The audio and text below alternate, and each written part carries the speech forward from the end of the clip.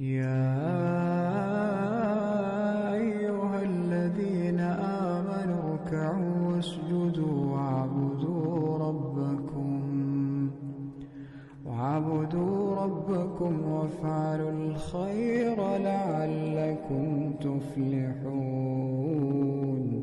Assalamu alaikum mes sœurs, j'espère que vous allez bien en regardant cette nouvelle vidéo. Une vidéo très attendue pour beaucoup de sœurs qui souhaiteraient faire la Umrah ou bien partir pour le Hajj, qui voudraient avoir plus d'informations et plus de conseils sur les éventuelles choses à prendre avec soi dans sa valise et surtout ne pas se surcharger ni s'encombrer, mais au contraire prendre uniquement l'essentiel de ce qui peut être utilisé et éviter l'inutile. Et c'est parti mes sœurs pour 10 minutes chrono afin de boucler notre valise en direction de la Umrah. Mais avant cela, nous allons prier sur le prophète sallallahu alayhi wa sallam. اللهم صل على محمد وعلى آل محمد كما صليت على إبراهيم وعلى آل إبراهيم وبارك على محمد وعلى آل محمد كما باركت على إبراهيم وعلى آل إبراهيم في العالمين إنك حميد مجيد. Et nous allons commencer par le choix de la valise et puis ce qu'elle contient de l'intérieur. Pour une valise comme celle-ci, donc elle peut prendre jusqu'à 23 kg. Donc elle est vraiment simple de l'intérieur. Elle a des petites poches donc ici et de l'extérieur. Celle-ci suffit amplement pour tout le voyage. Donc nous allons voir ensemble ce que nous allons mettre dans notre valise pour la Umrah ou bien pour Al-Hajj. Et c'est parti, Bismillah. En aucun cas, mes sœurs, vous surchargez de vêtements puisque vous allez en acheter sûrement en Arabie Saoudite. Pour les vêtements, mes sœurs, c'est très simple. Donc, il faut prévoir uniquement 3 tenues suffisent largement pour 2 semaines. Donc, pour ma part, j'ai pris donc 2 tenues noires, 2 abayas noires et une en marron. Et pour les hijabs, pareil, mes sœurs, j'en ai pris 2 en jersey et un voile sous forme de khimar. Et pour les pyjamas, mes sœurs, c'est la même chose. Il ne faut pas vous surcharger. Donc 2 pyjamas suffisent largement, sachant qu'en Arabie Saoudite, il fait extrêmement chaud, même en hiver. Donc vraiment quelques t-shirts suffisent pour dormir, ou bien des pyjamas extrêmement légers et confortables pour bien dormir le soir. Ensuite, nous avons les leggings, mes sœurs, donc à mettre sous vos abayas, c'est impératif. Donc là, pour ma part, j'en ai pris 3. Vous pouvez même en prendre 2, ça suffit largement. Et de préférence, il faut que les leggings soient longs pour qu'ils arrivent vraiment jusqu'à la cheville. Et ensuite, mes sœurs, on complète la tenue avec des chaussettes vraiment longues, montantes, qui arrivent par-dessus la cheville pour pouvoir vraiment couvrir les leggings pour pas qu'on voit votre peau si vous vous asseyez par exemple. Pour les sous-vêtements, mes sœurs, je vous conseille fortement de prendre des t-shirts ou des débardeurs en coton afin que ces derniers puissent absorber la transpiration puisque vous allez les mettre justement en dessous des abayas. Et donc c'est vraiment plus confortable d'avoir des sous-vêtements en coton. Voilà, moi je les roule comme ceci pour avoir de la place. Un autre conseil, mes sœurs, que je vous donnerai, donc ça concerne les sous-vêtements, ne les prenez pas avec armature. Franchement, c'est désagréable à porter, c'est inconfortable, surtout avec la transpiration, la chaleur.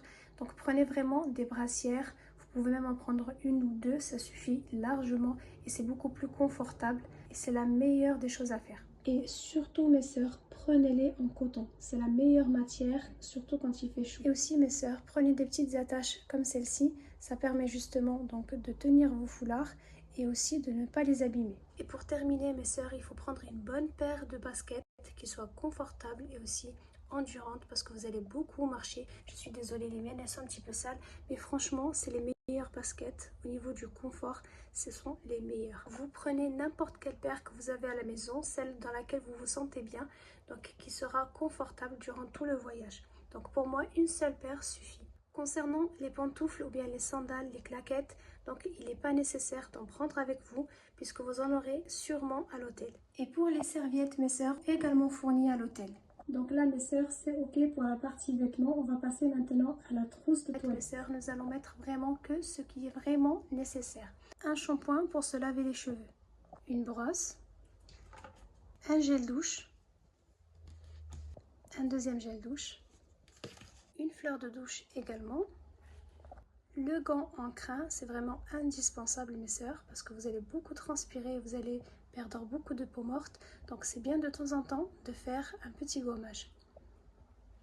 On n'oublie pas également son petit rasoir si jamais. C'est quelque chose que je ne recommande absolument pas. On n'a pas le choix, on n'a pas le temps. La seule solution, le seul moyen de faire vite, c'est avec le rasoir. Parfois, ils sont fournis donc dans les hôtels. Pour l'hygiène buccale, mes sœurs, donc une brosse à dents avec un dentifrice suffisent largement. Moi, je rajoute généralement les petites brossettes pour vraiment enlever tous les résidus qu'il y a sur les dents et avoir une bonne haleine fraîche. Une paire de ciseaux, mes sœurs, obligatoire après les rites de la Umrah. Ça nous permet de sortir de l'état de sacralisation, donc en coupant une petite phalange. Et bien évidemment, mes sœurs, à faire dans sa chambre d'hôtel et non pas devant les gens. Et également un petit coupe-ongles pour justement se couper les ongles, notamment le vendredi, c'est une sunna. Petite crème pour la protection solaire. On n'oublie pas également donc sa mousse intime nettoyante ou bien un gel intime pour se laver les parties. C'est extrêmement indispensable, mes sœurs, pour garder sa fraîcheur, son confort et se sentir à l'aise. Et prendre soin de son hygiène intime. Ça s'utilise pour les parties devant et derrière. Et ainsi, vous ne sentez pas la mauvaise odeur et vous êtes clean. On n'oublie surtout pas, mes sœurs, de mettre du déodorant. C'est très important, mes sœurs. Donc c'est un produit qui est contraire au parfum. Donc c'est quelque chose que les autres ne sentiront pas. Il nous protégera des mauvaises odeurs.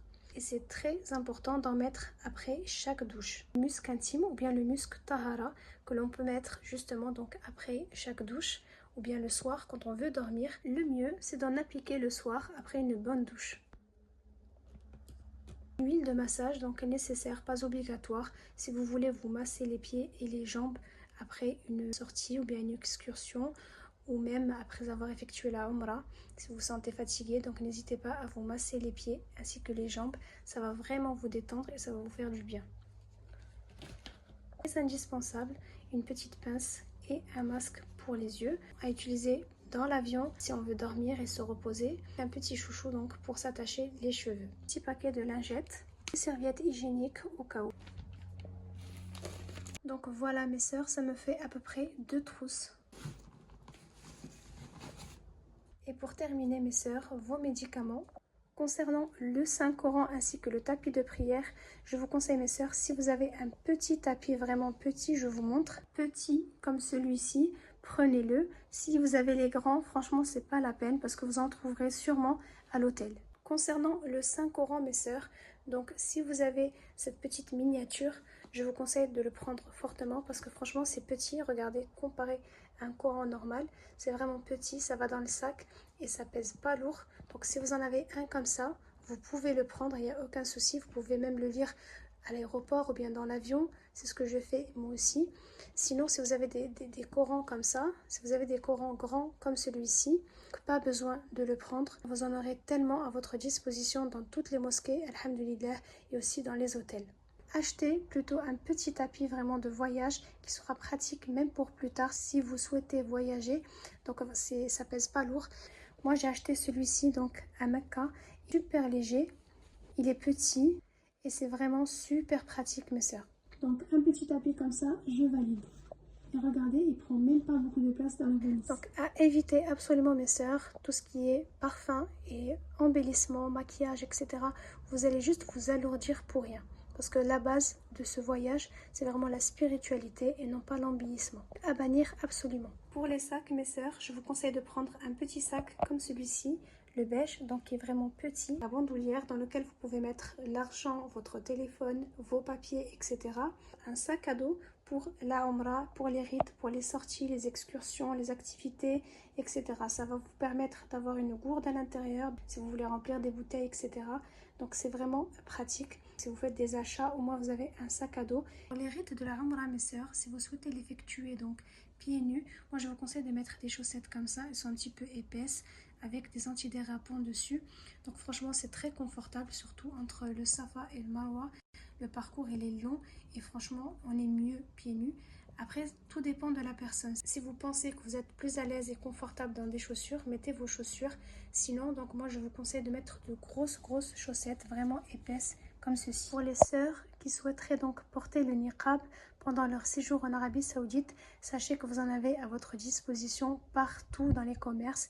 Indispensable également, mes sœurs, vous avez cette prise UK qu'il faut absolument avoir si vous voulez recharger votre téléphone d'une manière rapide et efficace, car malheureusement dans certains hôtels on ne retrouve pas les prises habituelles mais plutôt des prises en forme de prise UK qui a 3 branches rectangulaires au lieu de 2 habituellement. C'est un support prise dans lequel d'un côté on met le chargeur et de l'autre on branche directement au mur. Et on n'oublie pas également de prendre des lunettes de soleil pour protéger ses yeux. Et pour terminer mes sœurs, n'oubliez pas donc vos papiers ainsi que les visas imprimés donc sur papier. Et voilà, je pense que mes sœurs, j'ai fait le tour et j'espère ne rien avoir oublié.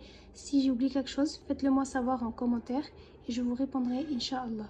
Et d'ici là, portez-vous bien et prenez soin de vous. Et qu'Allah facilite et accepte votre Umrah.